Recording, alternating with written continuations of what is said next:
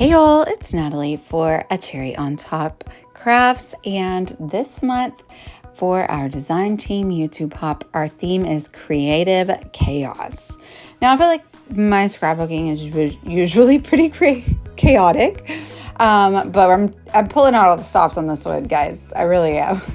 So I'm showing you, I have a few supplies here. I'm starting with some white cardstock. We have these all in Create rub-ons. I have this cut file that I've already used part of. It's like circular. I have a circular stamp set, a couple of different ones. I have circular a stencil, and so we're just gonna get messy, make a really fun mixed media background. So right now I have my wilted violet, distress oxide, and a brayer roller. I need a smaller one, like not as wide, but anyway, I'm just using it to roll some of this purple onto the background, and I'm using the cut file as a stencil right now. And so it's not going to give a very definitive circular look because there's not a lot of liquid going on here. I do actually right now spritz it down with a little bit of water and add a little bit more liquid, but I don't want a lot. I don't have gesso on this page, so I just want like a faint outline of a circle, which is exactly what that does, right? So I'm going to do the same on the other corner. And basically I have cropped some photos into circles of my two sons, and I have 4 of each one of them individually and then one together. So I have, which is chaotic in itself, right? It's 9 photos. That's a lot of photos, but we went and got their hair dyed. And so the photo subject kind of calls for chaotic layouts. So this is my bubble clean stamp from Tim Holtz. I've inked it up in Mermaid Lagoon, and I'm spritzing it so that it stamps nicely. And I'm just going to kind of kiss it down on the page, not anything very definitive. I'm not doing like a full like hard press or anything, but you can see it's kind of a bubble look, some circles there as well. This is a Dina Wakley hot pink gloss paint. I'm not a fan of the paint, to be honest with you. I like the color. I don't see a glossy lacquer, and it's probably due to operator error. It's probably due to the fact that I don't let it I don't shake it up enough. I don't like let it dry fully. I don't know, but I'm not seeing a lacquer look. I'm okay with it. I just need the color at this point on this background. Lachlan had some pink in his hair, but I'm using it through this other circular type stencil. Ends up not getting great definition here with the brayer. Again, probably because of the width of the brayer, but again, it just gives a little bit of a different texture with that pink color, which is all I'm asking for at this point. I'm going to use this Vicky Bouton sticker set, and it says Be Colorful. So that's going to be my title. So I'm kind of trying to figure out now exactly where I want all of the photos so that I can continue to create on this background, but I don't want to waste time creating elements that are probably going to be covered up. So you see I've pulled out the black cardstock. I'm going to cut those out with some circles, and I'm going to use that to back each of the photos. So that's what you see me doing here. Because the title, the Be Colorful sticker, is in black, so I like the idea of the pops of black, which will help, I don't know, bring cohesion to the page, I guess. So I'm gonna back them all. I end up roughing up the edges as well, give it a really nice distressed look.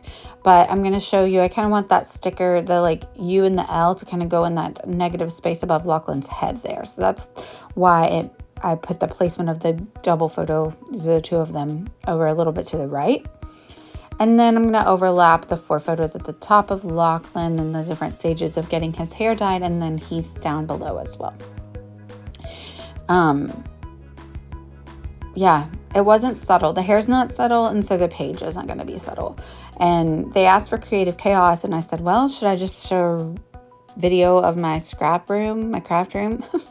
Also an option, because let me tell you, it's creative chaos. But I thought that just essentially throwing everything in my craft room onto a layout would be just as much fun, right?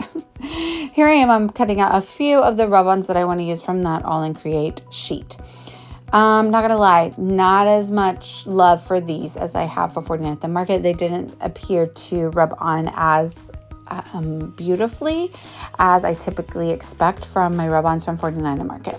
But they still did the trick and they did the job. And honestly, it could be because of all the stuff I have on the background, right? But I don't have any gesso, and I do normally use the rub-ons on textured cardstock. So anyway, now this stamp is new from All in Create, and I am in love with it, y'all. So if you really like mixed media, but maybe are a little scared, obviously that's not something I suffer from. You can tell with the background, but this is a really great way to maybe get some mixed media looking type elements onto a background with being able to control it. So these stamps are very distressed. They look like mixed media, but they're stamps, and you can rotate them and get different looks out of them. But then also at the end of the day, you have control over them. You can have first generation, second generation stamping, and you're not going to have to worry about splatters and things. So now I'm using that black ink to ink up the other side of my cut file that I used at the beginning as a stencil. And now it's going to be another pop of black right there in the middle of my page. I'm going to anchor my photo down on top of it, and then everything else, like the title and everything, will go on top of that as well. So kind of getting an idea. Oh, you can also see off screen, you see all those wonky black circles in the background. I did some like freehand stitching. It is not pretty. It is not even like a good circle, but it added a fun textured element to the background in black. And again, this theme is all about chaos, right? So it worked. I'm making sure that my photo covers up that broken part of the cut file, but it also doesn't cover up the texture rub-on that I put up there.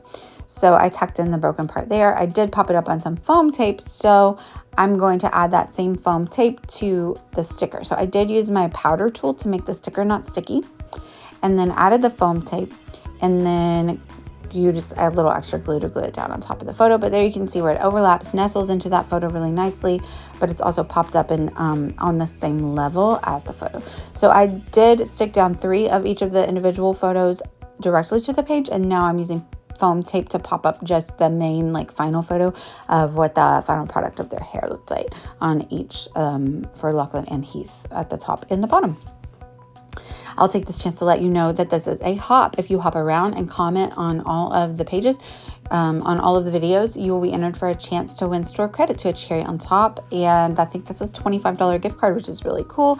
And you will get to see a lot of inspiration, a lot of really cool projects from the design team and their idea of creative chaos. I'm not sure if anyone else's is actually like as wild as mine. They're chaotic in their own way. So there's a little something for everybody, because I do recognize this is a lot and it might not be a look that you're going for. But I will say my kids clearly love it, because obviously they love the wild hair and everything. So they love when I create like a really mixed media wild page. So I decided that adding more thread would be a way to go, right? So I pulled out this hot pink thread, and I loved it when I bought it, and it was so cute. And then I have never used it because I don't really have supplies this color. But I thought it went well with the paint and with his hair. So I decided to do like the Missy Wooden thing where you roll it around your fingers, get a little messy clump. I tucked it in under the title. And so what you see me doing there is I literally just pulled whatever chaotic pieces off of my desk to use at times. So I have this word good that was from an old cut file that I cut out, but it was there and it matched the buttons that I pulled out of the button box that I had, which and I was like, hey, this word good over here matches these buttons. Let me add it in. So I'm just tucking them around the page because their hair was good and it was a good day. You know, I thought, hey, that works. So, I mean, it's chaotic, but it also fits, you know, like the colors match. It has a meaning. Sticking down some more thread bundles in black around those yellow alphas. I did try to stick down a button with Nuva adhesive. All of the buttons have like a raised little like sewing spot on the back, and so I'm actually going to end up pulling out my hot glue gun. In fact, you could also do some like mixed media gel, but all of mine was dried up. Oh no. So that's what you see over there on the left is my hot glue gun. And I know that might like really hurt some scrappers' heart about like, oh no, it's not, what do you call it? acid. When we first started scrapbooking back in the day, a million years ago, we were very concerned about if it was all acid free. Not so much anymore. Clearly, you can tell from that background and all of the inks and everything. I don't think that I'm not super concerned about it. So a little hot glue, sure, why not? Add that on here. So I did add some hot glue to be able to stick those buttons down. The buttons were really fun. They're hot pink. They randomly have golf bags on them. Super weird, like bags of golf clubs. I don't know what that's about. You really can't tell unless you look super close. So I just went with the color. But that's so random, right? Hey, it sounds pretty chaotic to me.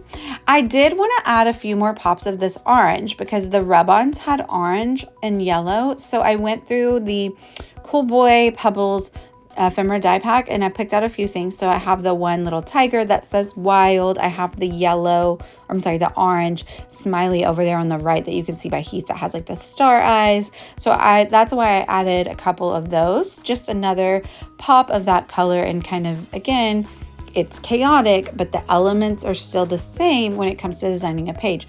You're mimicking the same theme around the page. You're doing duplicative elements and clusters to bring cohesion. And so I sewed black on the background. I used black thread in clusters and things like that. I'm going to add that little rad word down. That's from the Cool Boy. And then I go in to that same Vicky Bouton sticker sheet and pull in a couple more stickers to add in that little cluster down there. One of them is a pencil and it's all rainbow and it says something about making the world colorful, I think. And then another one says awesome, but it's in black. And so it covers up the little bit right there of the cut file that is like where I cut it away previously. And then I'll add in some more thread and buttons. Oh, so now, because you didn't think we were done with the chaos yet, did you? I am doing circles of hot glue over here. And then I have these beads over here on the right. And I'm just using my cute little unicorn scoop and putting the beads down onto the wet hot glue. So don't burn your fingers when you do this, but it just, creates a little cluster of beads, and you're not sewing them or anything, but they stick down pretty well. I mean, unless your scrapbook gets hot, that hot glue isn't going anywhere. So it is super fun to add beads to your page. You can also do that with a gel medium as well. I've seen that a lot. Especially really teeny beads. They actually sell those for mixed media pages and things like that. So I think we're about coming to an end. I'm going to link down below with affiliate links for all the things that are still in stock and or similar products. If you see me using a few things that are a little different, the beads definitely are something that are still in the store. And just so much fun. I had a lot of fun with this, and I actually ended up really liking the layout. I was a little surprised about that. So let me know what you think. I hope you enjoyed the process and some of the tips, even if it's just a little too chaotic for you. I completely understand.